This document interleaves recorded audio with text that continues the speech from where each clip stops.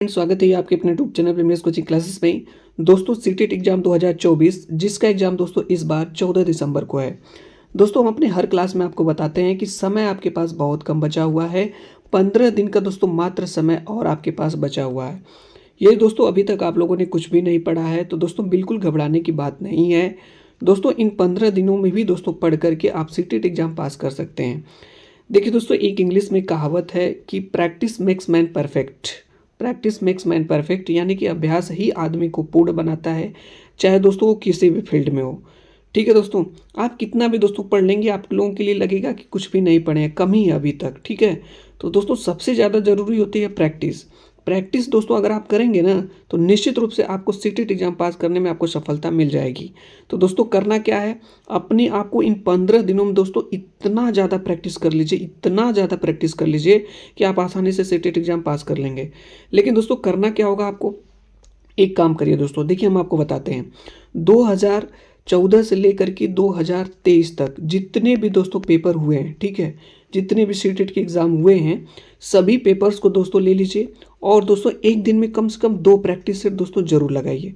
2 practice set दोस्तों time लगा करके आप ज़रूर प्रैक्टिस सेट करिए। ठीक है दोस्तों, इससे क्या होगा ना, मैं निश्चित रूप से आपको बता देता हूं कि अगर ये काम दोस्तों आप कर ले गए 2014 से लेकर के 2023 तक जितने पेपर आप सॉल्व कर ले गए तो निश्चित रूप से दोस्तों इस बार का सीटेट एग्जाम आप पास कर लेंगे।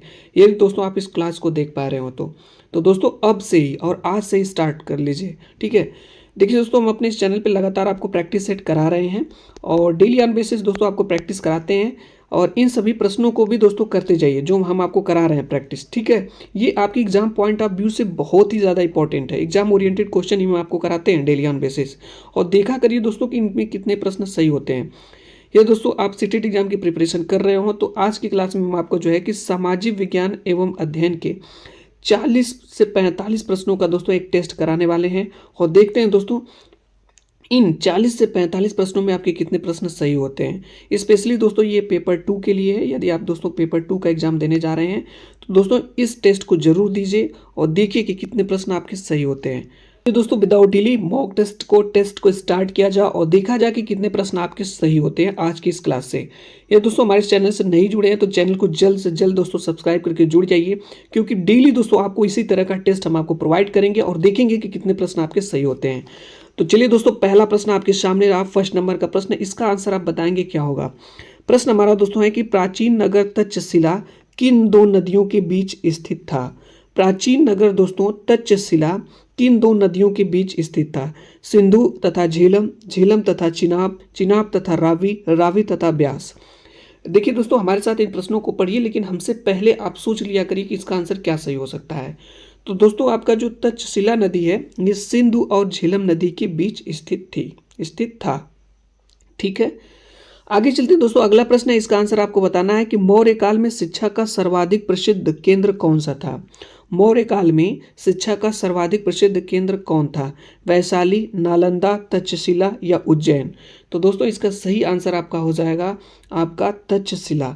मौर्य काल में दोस्तों शिक्षा का सर्वाधिक प्रसिद्ध केंद्र स्थल आपका तक्षशिला था। अगली प्रश्न में चलते हैं दोस्तों, अगला प्रश्न है कि मुद्रा राक्षस नामक पुस्तक का लेखक कौन था। मुद्रा राक्षस नामक पुस्तक का लेखक कौन था। विशाख दत्त, कौटिल्य, बाण भट्ट या कल्हड़। इसका सही आंसर हो जाएगा दोस्तों विशाख दत्त। देखिए दोस्तों जो आपके एसएसटी के प्रश्न पूछे जाएंगे, जो आप पेपर 2 में एसएसटी में सामाजिक विज्ञान के 60 प्रश्न पूछे जाएंगे दोस्तों, उन 60 प्रश्नों में दोस्तों 30 प्रश्न आपके वन लाइनर पूछ लिए जाते हैं, जो आपके सब्जेक्ट से पूछ लिए जाते हैं, जैसे इतिहास, भूगोल, संविधान, ठीक है, अर्थशास्त्र, साइंस से 30 प्रश्न आपके वन लाइनर डायरेक्ट पूछे जाते हैं। बाकी जो 30 प्रश्न दोस्तों होते हैं वो आपके पेडागॉजी से पूछे जाते हैं। तो दोस्तों ये जो वन लाइनर क्वेश्चन होते हैं ना 30, ये सभी प्रश्न आपके लिए बहुत ज़्यादा इंपॉर्टेंट होते हैं।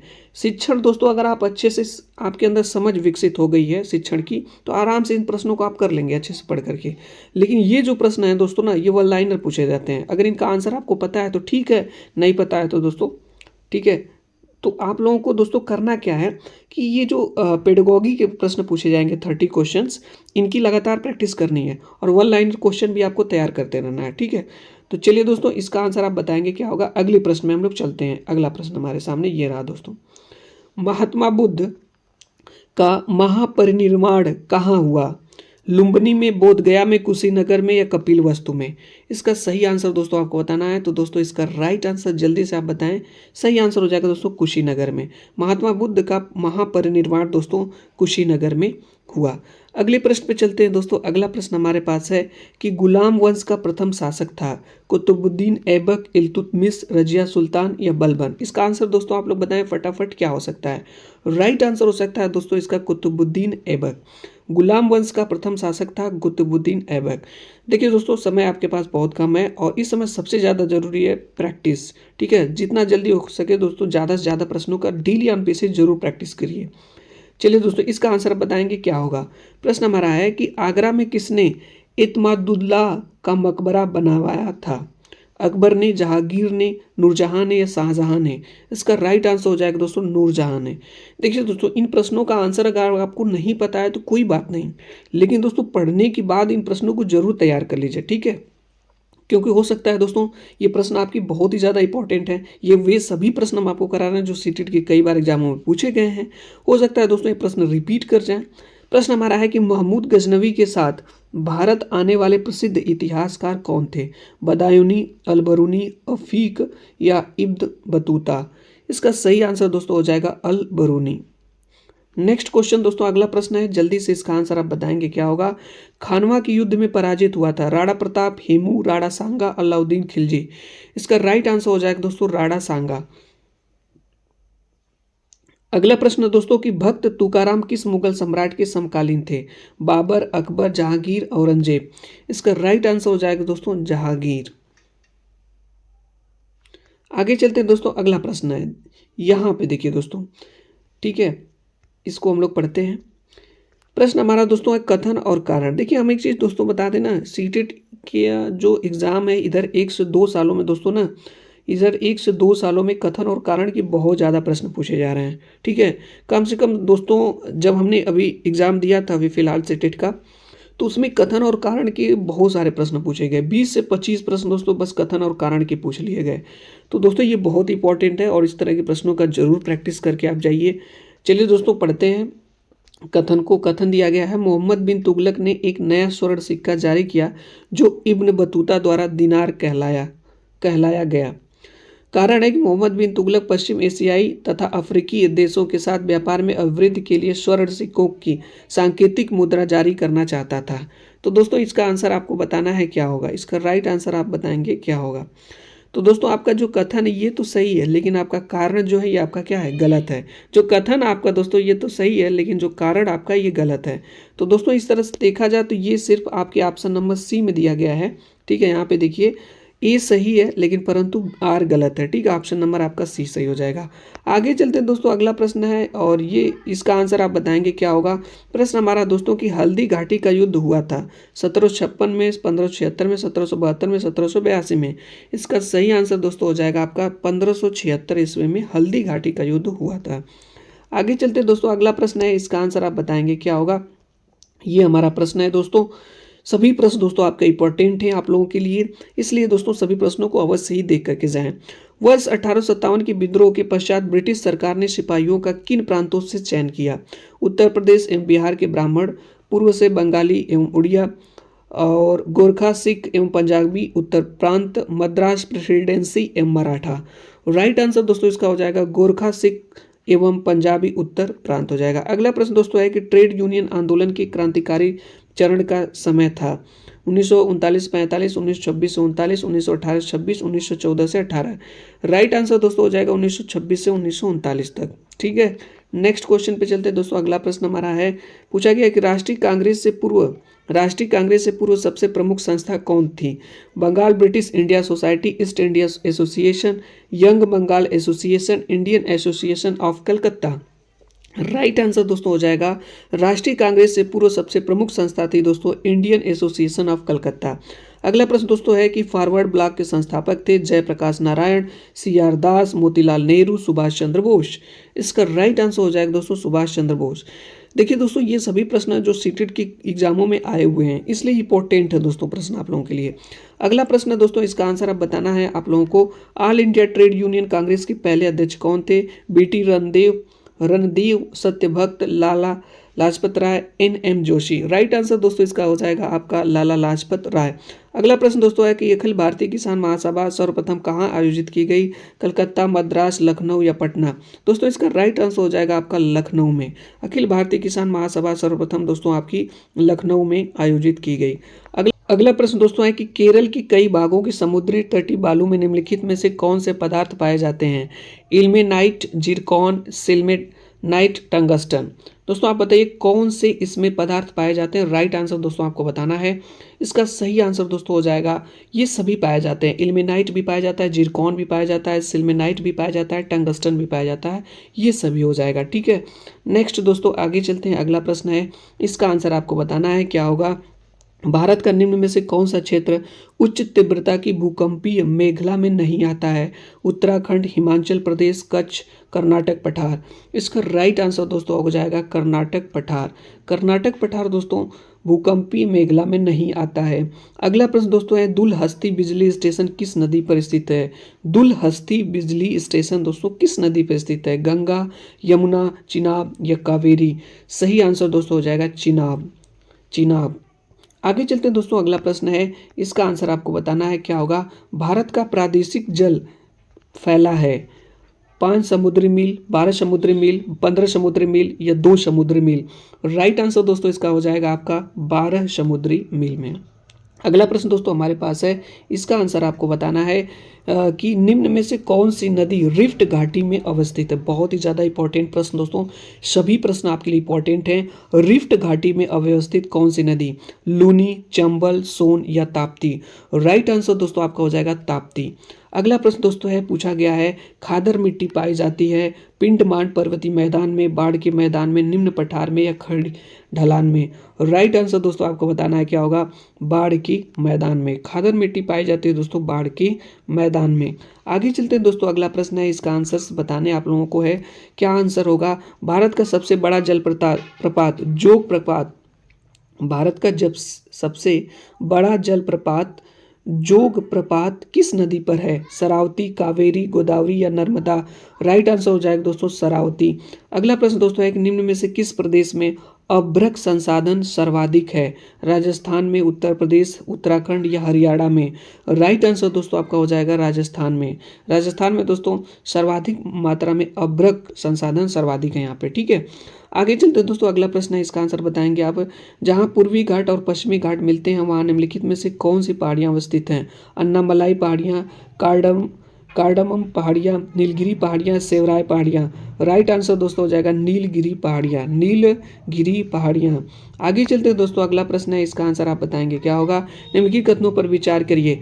चिकमंगलूर शर्करा उत्पादन के लिए सुविख्यात है। मांड्या कॉफी उत्पादक क्षेत्र के रूप में सुविख्यात है। उपयुक्त में से कौन सा कथन सही है? केवल एक, केवल दो, एक और दो, न तो एक और न ही दो दोस्तों। तो न तो एक दोस्तों, न ही दो, दोनों आपके कथन नहीं है, ठीक है। आगे चलते हैं दोस्तों। अगला प्रश्न है, इसका सही आंसर आपको बताना है। 104। देखिए दोस्तों, अब यहाँ से आपके ना पेडागॉजी वाले प्रश्न शुरू हो गए, शिक्षण वाले, ठीक है। इन प्रश्नों को दोस्तों आपको पढ़ना है, समझना है, उसके बाद ही उत्तर देने हैं। 104वां संविधान संशोधन विधेयक किससे संबंधित था? 4 ऑप्शन दोस्तों, इसका सही आंसर आपको बताना है। तो इसका राइट आंसर हो जाएगा दोस्तों, निजी शिक्षण संस्थानों में सामाजिक तथा शैक्षिक दृष्टि से पिछड़े वर्गों को कोटा प्रदान करने से आपका 104वां संविधान संशोधन आपका विधेयक ये संबंधित है, ठीक है। 104। आगे चलते हैं दोस्तों। अगला प्रश्न है, इसका आंसर बताएंगे आप लोग, क्या होगा, ठीक है। इस प्रश्न का आंसर आप बताएंगे। लोक अदालतों के संदर्भ में निम्नलिखित कथनों में से एक सही है। कौन सा दोस्तों आपका ऑप्शन सही है? जल्दी से आप लोग बताएं राइट आंसर। तो दोस्तों उपयुक्त में से कोई नहीं, इसमें से कोई आपका सही नहीं है लोक अदालतों के संदर्भ में, ठीक है। इसलिए इसका राइट आंसर आपका ऑप्शन नंबर डी होगा। 122 का ऑप्शन नंबर डी। नेक्स्ट दोस्तों आगे चलते हैं। अगला प्रश्न है, इसका आंसर आप बताएंगे, क्या होगा? प्रश्न है कि निम्नलिखित कथनों पर विचार करिए। भारत में संसद द्वारा पारित विधान न्यायपालिका द्वारा पुनर्विलोकित किया जा सकता है। भारत के संविधान मूल अधिकारों को प्रवर्तित करने की प्रक्रिया दी गई है। नीचे दिए गए कथनों में से दोस्तों कौन सा कथन सही है?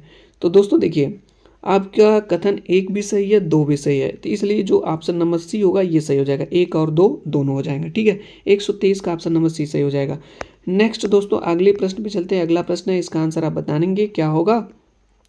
निम्नलिखित कथनों पर विचार कीजिए। भारत के संविधान में पुरुषों एवं महिलाओं द्वारा समान कार्य के लिए समान वेतन देने को बढ़ावा देने के लिए कोई उपबंध नहीं है। भारत के संविधान में पिछड़े वर्गों को परिभाषित नहीं किया गया है। दोस्तों इसका सही आंसर आप बताइए। ठीक है, तो दोस्तों इसका राइट आंसर हो जाएगा केवल 2। भारत संविधान में पिछड़े वर्गों को परिभाषित नहीं किया गया है। ठीक है, यही वाला आपका ऑप्शन सही हो जाएगा, यानी कि स्टेटमेंट 2 सही है, इसलिए ऑप्शन बी सही हो जाएगा आपका। ठीक है, नेक्स्ट दोस्तों आगे चलते हैं। अगला प्रश्न है, इसका आंसर बताएंगे क्या होगा। निम्नलिखित में से कौन से विषय संघ सूची में सम्मिलित नहीं है। देखिए दोस्तों, सूची 4 आपकी राज्य सूची है, समवर्ती सूची है, संघ सूची है, अवशिष्ट सूची है। संघ सूची दोस्तों जिसमें केंद्र सरकार का कानून बनता है, रक्षा है, जेल है, मद्य नीति है, बंदरगाह है, सिंचाई है। तो नहीं पूछा है दोस्तों, तो राइट आंसर दोस्तों आपका हो जाएगा जेल और आपका सिंचाई, ये संघ सूची में सम्मिलित नहीं है। ऑप्शन नंबर डी सही हो जाएगा। ऑप्शन नंबर डी सही हो जाएगा। अगला प्रश्न दोस्तों बहुत ही अच्छा प्रश्न है कि पंचायती राज व्यवस्था को विभिन्न राज्यों में कब लागू किया गया। इधर दोस्तों सूची 1 दिया है, सूची 2 राज्य का दिया है। 1959 में दोस्तों सबसे पहले राजस्थान ने लागू किया, तो ए का मतलब फोर्थ वाला हो जाएगा। ठीक है, उसके बाद दोस्तों आपका 1960 में असम ने, तो ए का दोस्तों 4 है, बी का 3rd, जो कि ऑप्शन नंबर बी में दिया है।